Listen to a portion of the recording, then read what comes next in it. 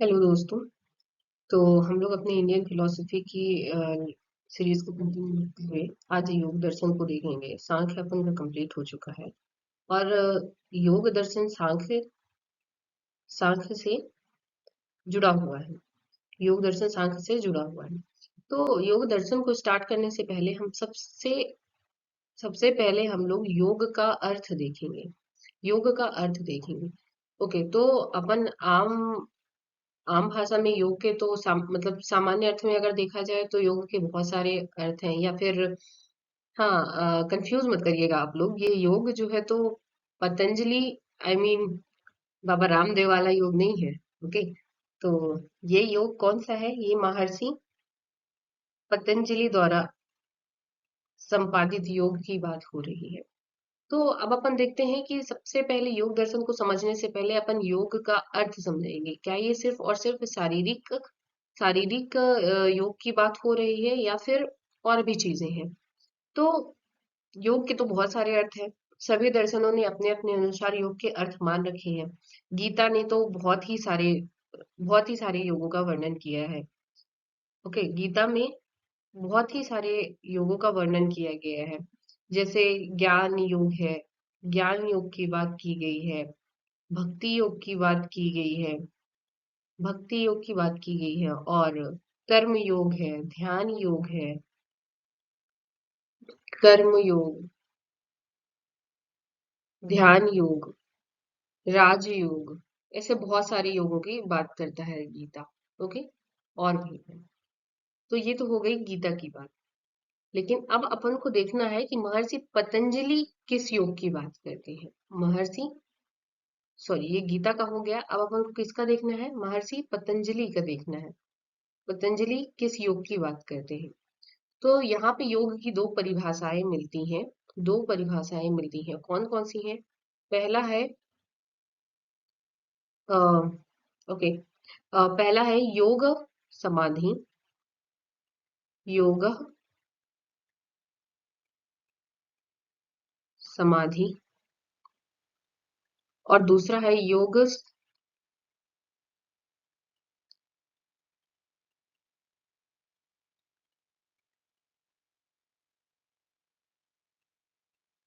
चित्त वृत्ति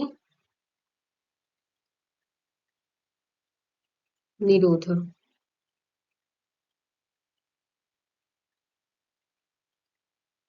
ये दो परिभाषाएं महर्षि पतंजलि द्वारा दी गई है। तो अच्छा, एक चीज और है कि जब हम लोग योग का शुरुआत करते हैं तो यहाँ पे योग से एक और संबंध है। बोला है कि अथ योग अनुशासनम, अथ योग अनुशासनम। जो ये योग है वो कैसा है? वो अनुशासन है, वो अनुशासन है, वो संयम है। वो क्या है? वो संयम है। ओके, हाँ। तो अब अपन देख रहे थे कि पतंजलि ने जो योग की परिभाषा दी है वो कौन सी है। तो पहला क्या है? योग समाधि। तो यहाँ पे जो योग है, योग किससे बना है? तो सॉरी, योग किससे बना है? योग बना हुआ है युज धातु से। योग किससे बना है?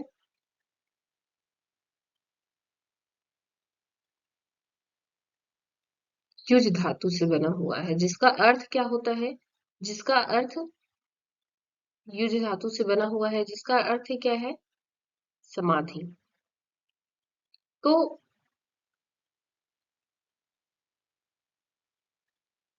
ओके, और नेक्स्ट क्या था अपन का? ये हो गया। जो पतंजलि का योग है, योग किस धातु से मिलकर बना है? वो युज धातु से मिलकर बना है, जिसका अर्थ क्या है? समाधि है। और दूसरा क्या है? योग, योगश्च चित्त वृत्ति निरोध। बोल रहा है जो योग है, योग का काम क्या है? चित्त वृत्तियों का निरोध बताया गया है। योग को क्या बताया गया है? चित्त वृत्तियों का निरोध बताया गया है। ओके, एक सेकंड।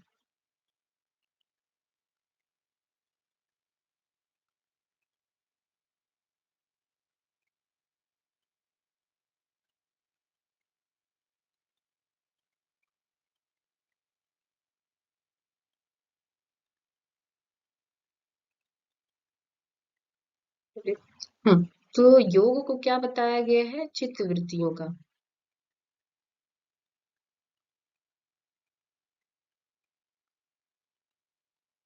चित्त वृत्तियों का निरोध, ये इसका क्या है? कार्य है। और ये कार्य किसमें होता है? समाधि में होता है। ओके। तो ये दो डिफिनीशंस हो गई किसकी? योग की डिफिनीशन हो गई। तो इसको इस तरीके से बोल सकते हो कि पतंजलि ने योग को चित्तवृत्ति निरोध बताया है। और चित्तवृत्तियों का निरोध कहाँ होता है? समाधि में होता है। चित्तवृत्तियों का निरोध कहाँ होता है? समाधि में होता है।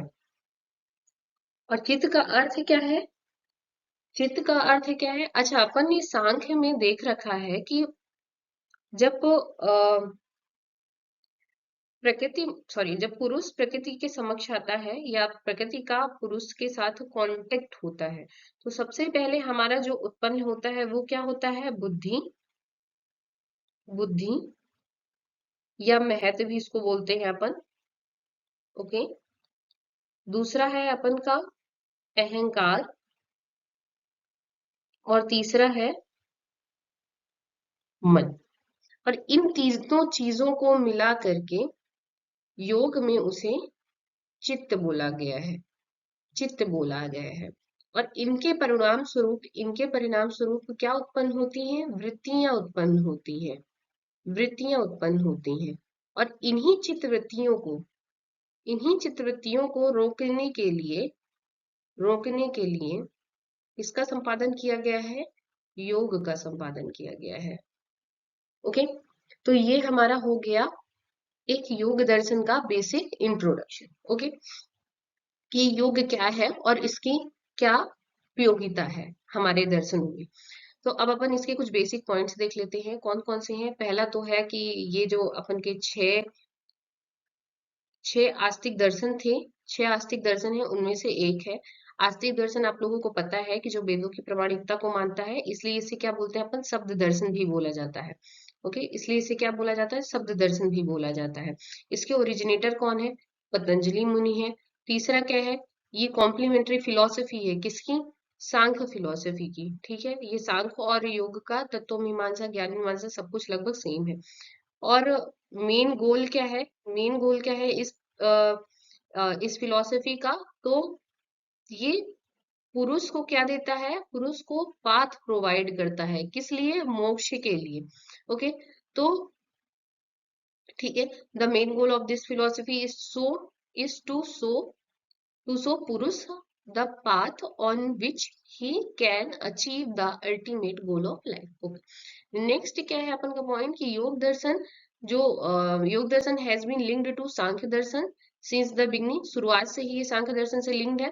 इसने सिर्फ और सिर्फ क्या किया है? By combining the existence of God. हाँ, ये अपन ने लास्ट लेक्चर में देखा था कि जो सांख्य है वो गॉड के बारे में कुछ नहीं बोल रहा है ना। लेकिन योग दर्शन ने गॉड की एग्जिस्टेंस को क्या किया है? स्वीकार किया है। तो इन्होंने सिर्फ और सिर्फ पूरी फिलॉसफी में, सांख्य दर्शन की पूरी फिलॉसफी में जो एक चीज ऐड की है, तत्व मीमांसा में या मेटाफिजिक्स में जो एक चीज ऐड की है वो क्या है? वो गॉड है, प्रकृति और पुरुष के अलावा। प्रकृति पुरुष तो ऑलरेडी उसमें था। Okay. A very practical and psychological form of philosophy for the spiritual, mental and physical progress of human life has been presented in yoga darshan. Okay, the best explanation of yoga sutra is found in vyas bhasya. Vyas Bhasya written by Vyas Muni. Okay, it is explained how a Purush can successful in life by controlling the instinct of his mind and can achieve his ultimate goal, nirvana. Okay, तो हमने देख लिया। हम्म,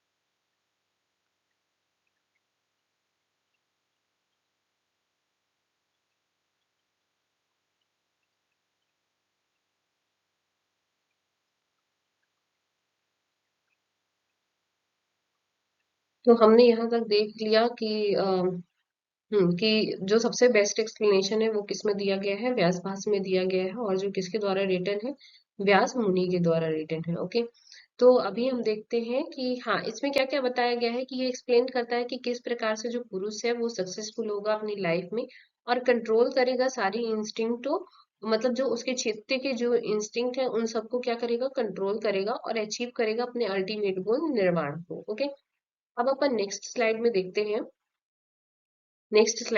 हैं। हाँ, कि यहाँ पे क्या है कि योग दर्शन सांख्य की तरह ही क्या है, डुअलिस्टिक इन नेचर है। While complete the accepting metaphysics of Sankhya, Sankhya की पूरी मेटाफिजिक्स को एज इट इज वो एक्सेप्ट कर लेता है, और he only adds God to it. Okay, ये अपन ने पहले भी देखा है, क्या करता है वो, सिर्फ और सिर्फ गॉड को ऐड करता है। तो योग दर्शन को हम लोग सा ईश्वर सांख्य भी बोल सकते हैं, सा और plus Ishwar Sankhya. Okay, Sankhya is called Nireshwar Sankhya. Sankhya ईश्वर की संकल्पना नहीं कर रहा है तो उसे निरेश्वर सांख्य बोला जा रहा है, और योग को अपन ईश्वर सांख्य भी बोल सकते हैं, क्योंकि दोनों सेम ही है। ओके, नेक्स्ट है अपन का कि purush has been presented as central theme in yoga darshan. Okay, ये जो योग दर्शन का सेंट्रल थीम है वो कौन प्रेजेंट कर रहा है, वो पुरुष प्रेजेंट कर रहा है।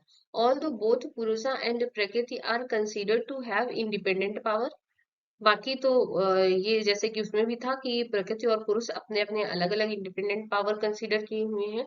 ओके, लेकिन जो एसेंस ऑफ पावर है वो पुरुष, essence of power of purush is supreme. जो पुरुष की एसेंस ऑफ पावर है वो क्या है, वो सुप्रीम है। नेक्स्ट अपन का यहाँ पे दो प्रकार के पुरुष की बात की गई है। एक, जो देखो, purush has been said to conscious and non resultant. वो कैसे है, वो चैतन्यवत है पर अपरिणामी है। Okay, but due to ignorance but due to ignorance purush implants himself in the mind of matter and result। पर जैसे ही वो इग्नोरेंस या अविद्या की उसमें आता है, छाव में आता है, तो पुरुष क्या कर लेता है, पुरुष अपने आप को इम्प्लांट कर लेता है किसमें, in the mind of matter and result. Okay, अपने आप को वो परिणामी मानने लगता है, अपने आप को वो मैटर मानने लगता है। ठीक है, जो जैसे ही वो चित्तों के उसमें आता है। ओके, नेक्स्ट क्या है कि जब पुरुष और जो चित्त है वो यूनाइटेड होते हैं, पुरुष और चित्त क्या होते हैं, यूनाइटेड होते हैं, तो conscience disappears and the purush start experiencing himself as the mind. तो जो उसका कॉन्साइंस है, जो उसकी ओरिजिनलिटी थी, वो डिसअपियर हो जाती है। ओके, वो क्या हो जाती है, वो डिसअपियर हो जाती है, और पुरुष क्या करने लगता है, वो एक्सपीरियंस करने लगता है खुद को चित्त की तरह। चित्त की तरह वो अपने आप को क्या करने लगता है, एक्सपीरियंस करने लगता है। और ये इग्नोरेंस ही कॉज है, ये इग्नोरेंस क्या है, इग्नोरेंस ही कॉज है, कारण है किसका, सभी दुखों का, सभी विपत्तियों का पुरुष के। ओके, और एम क्या है योग दर्शन का, कि उस पुरुष को क्या करे, इज टू फ्री, इस टू फ्री पुरुष फ्रॉम दिस सैरो, इस दुख से उसे, इस दुख और अविद्या से क्या करे, फ्री करता है। ओके, तो ये हमारे योग दर्शन का क्या है, एम है, लक्ष्य है। नेक्स्ट स्लाइड में अपन देखते हैं। तो जब यहाँ पे बोल रहा है कि व्हेन अ पुरुष बिकम इग्नोरेंट, जैसे ही पुरुष क्या होता है, इग्नोरेंट बनता है, वो ही fall into the worldly cycle, वो इस जगत की साइकिल में फंस जाता है, और attain the state of lack of effort. Okay, the ultimate goal of purush is attain kaivalya. तो जो अल्टीमेट गोल है पुरुष का वो क्या है, कैवल्य को प्राप्त करना है, और purush is considered synonymous of soul. Okay, आत्मा या जीव का सिनोनिमस है।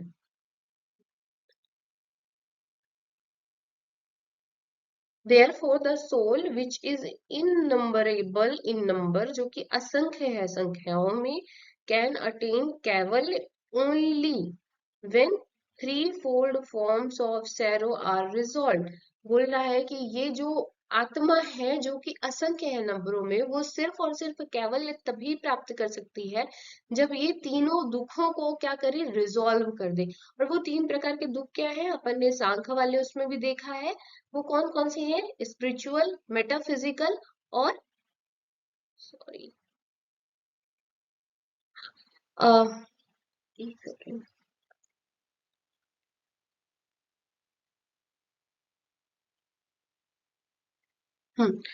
तो ये थ्री फॉर्म ऑफ सैरो कौन कौन से हैं, तो वो है अपन के स्पिरिचुअल, मेटाफिजिकल और सॉरी देयर इज समथिंग, या there is something wrong, okay. तो अपन ने तीन देखे थे, कौन कौन से थे, आध्यात्मिक था, आध्यात्मिक था, दूसरा था आदि भौतिक, दैट इज मेटाफिजिकल,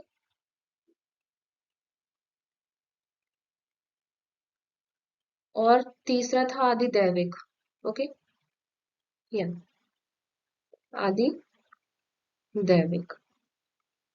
तो इन तीनों दुखों से, ये तीनों दुख जब रिजॉल्व होंगे तभी जो हमारा सोल है, हमारा आत्मा है, या हमारी पुरुष है, हमारा जीव है, वो क्या होगा, उसे मोक्ष की प्राप्ति होगी। ठीक है। तो अब अपन ने यहाँ तक देख लिया कि योग दर्शन का काम क्या है। एक चीज और बोली जाती है कि सांख्य का काम क्या था, सांख्य ने क्या किया, सांख्य ने, अबे एक सेकेंड, थोड़ा सा एक चीज और रह गई है, वो मैं एक्सप्लेन कर दूं, बाकी बाकी चीजें नेक्स्ट लेक्चर में होंगी। ओके। तो अपन ने जैसे बोला कि सांख्य दर्शन क्या है, सांख्य के ही बेस पे योग दर्शन बना हुआ है। तो सांख्य का क्या, सांख्य ने क्या किया, सांख्य ने सिद्धांत या तत्वों का वर्णन किया। सांख्य ने क्या किया है, सांख्य ने सिद्धांतों का वर्णन किया है।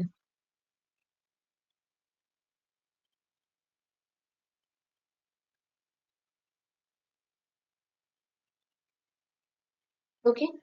और योग क्या कर रहा है, योग क्या कर रहा है, योग क्या कर रहा है कि तत्व ज्ञान की प्राप्ति के लिए मार्ग बता रहा है।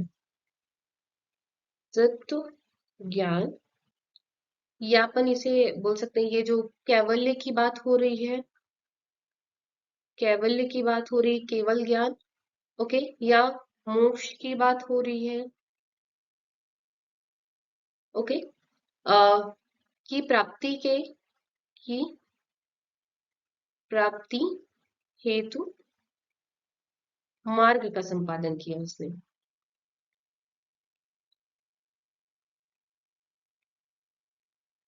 मार्ग का संपादन किया है योग ने। ओके। तो या that is it for today. Thank you for watching. Please like the video, share, and also subscribe the channel. Thank you for watching. Have a good day.